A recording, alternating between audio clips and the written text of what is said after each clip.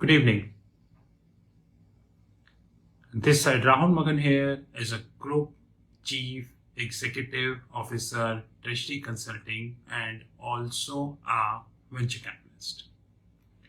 As we speak, Treasury Consulting is a multinational headquartered group based out Singapore. We are a multinational hedge fund who takes positions in multiple asset classes, but like I repeated many times, we are a prop fund, which means no third party can invest capital in our fund, be it whosoever. Today, before I start, I'm extremely pleased that our FNO Learnings Academy, which is Future and Options Learning Academy, is connected to our OTT platform. More importantly, the first video of FNO Learnings Academy is live now. Probably by December 2022, we are planning 50 plus videos, highly technical videos, both English as well as Hindi. Guys, majority of the top economists of the globe, even if you exclude me, warned Federal Reserve that there is no need for a rate hike. A substantial warning was provided on the internet. But irrespective of that, Federal Reserve hiked the rate by 50 basis points. I understand the political compulsions of Federal Reserve, because those who are thinking that Federal Reserve is an independent central bank, they are wrong, 110% wrong. 2008 onwards, there are numerous instances when Federal Reserve proved that they are no more than a political outfit. Now, due to the rate hike by Federal Reserve to the tune of 50 basis point, Dow Jones, Nasdaq, Standard & Poor, all three crashed. Today, when I was doing my research on the internet, I got to know only in Nasdaq, I repeat, only in Nasdaq, investors lost not less than $4 trillion US dollars. You heard me right. $4 trillion US dollars, which is more than the GDP of United Kingdom. This is what they lost only in Nasdaq. The figures of Standard & Poor and Dow Jones is not available, so no comments. But common sense is, if I add Standard & Poor, Dow Jones and Nasdaq, the figure would collectively be extremely high. Very, very high. Today, when Biden was live and he was talking about inflation, rather than acknowledging that they committed a big mistake, rather they ignored the warning of the markets, he praised Federal Reserve, which is a clear significance that Federal Reserve is having a go ahead to increase the rate probably in June as well as July. But having said that, if this would happen, then it would be the end of show. So common sense is, when Federal Reserve increased the rate, Dow was approximately 35,000. As we speak, it is around 32,000. Another 50 basis point hike, Dow will come to 28,000. And it would have substantial, I would repeat, substantial losses to hedge funds and the investors across the globe. India's situation is also not very good. And every time I repeat that, I do remember the Indian media and the fancy forecast of Indian media that Nifty will touch 25,000 and Sensex will touch 1 lakh. And even at that point of time, I was like, what the hell? How come Nifty will touch 25,000? How come Sensex will touch 1 lakh? But anyways, Nifty is around 16,200. and I collated the data from the internet. I repeat, I collated the data from the internet.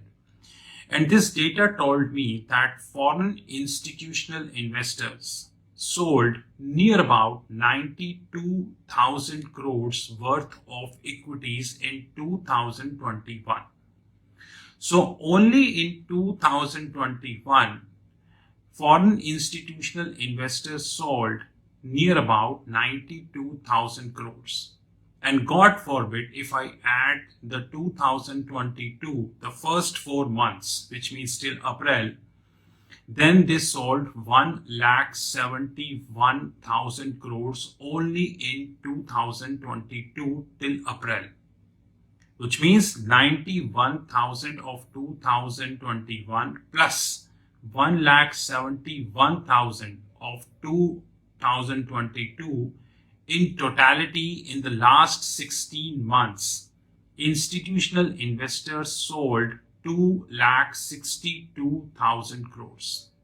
You yourself convert this into US dollars. That job I leave on you. But having said that, in the last 16 months, 2,62,000 worth of equities is being sold up by the, I would say, by the foreign institutional investor. And almost every passing day, institutional investors are selling.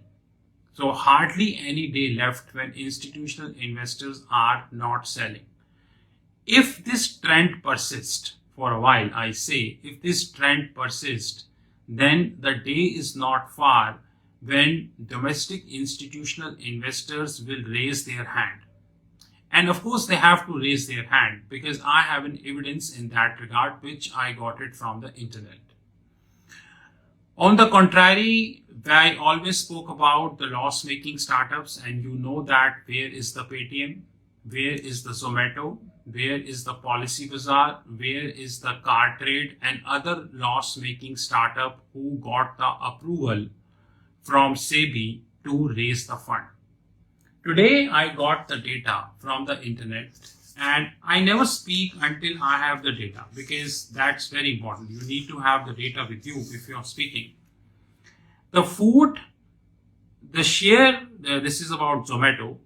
The share hit a record high of 169 on BSE on 16th November 2021, 169. But has since tanked more than 70%, with investor losing nearly 1 trillion, which means 1 lakh crore. From the high of 169 on 16th November 2021, it lost 1 lakh crore of investments. Now think about the investors, those who invested in Zomato at 169. Assuming Zomato will go to 500, probably 700, maybe 1000, you know how Hindi media works. I again have an evidence. Despite this continuous fall, Zomato has 15 buy ratings and 1 sell rating. This is as per the Money Control website, the document which I downloaded. Now think, who all are the analysts, those who are giving a buy rating to a loss-making company? Zomato, a company who never reported profits,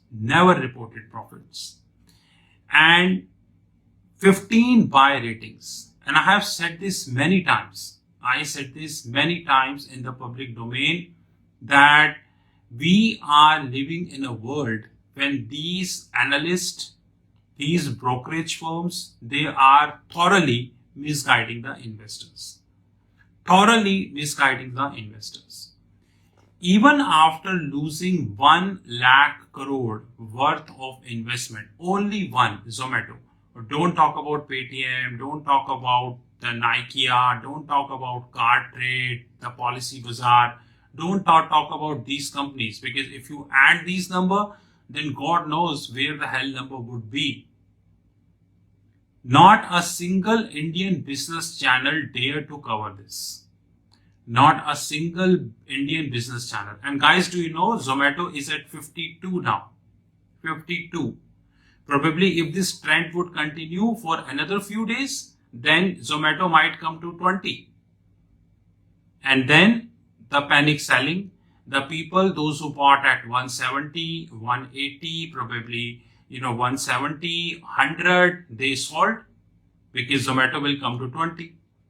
This is how the Indian stock market is actually running openly. Now let me tell you this. Delhi Valley IPO is coming, and tomorrow is the first day of the not nomination, when people would be applying for the IPO. Do you know, guys, ICICI Prudential Flexi Cap Mutual Fund, HDFC Large and Mid Cap, and SBI, IDFC and IIFL, they invested in Delhi Valley. They invested in Delhi Valley. And who is Delhi Valley? In the last 4 years, financial year 18, 19, 20 and 21. 18, 19, 20 and 21. In 4 financial years, they lost 3,200 crores approximately, which means near about 800 crores per financial year. And I have the screenshot of the draft head rating prospectus which Delhi Valley submitted for IPO. They clearly mentioned in that the losses would continue. They clearly mentioned that they are in a business model where a huge capex requirement and losses would continue. Even after that, they got the approval of the IPO. And check this, Indian mutual funds have invested the money. Now, ICICI Prudential Flexi Cap, HDFC Large and Mid Cap Fund, SBI and IDFC. Whose money is this?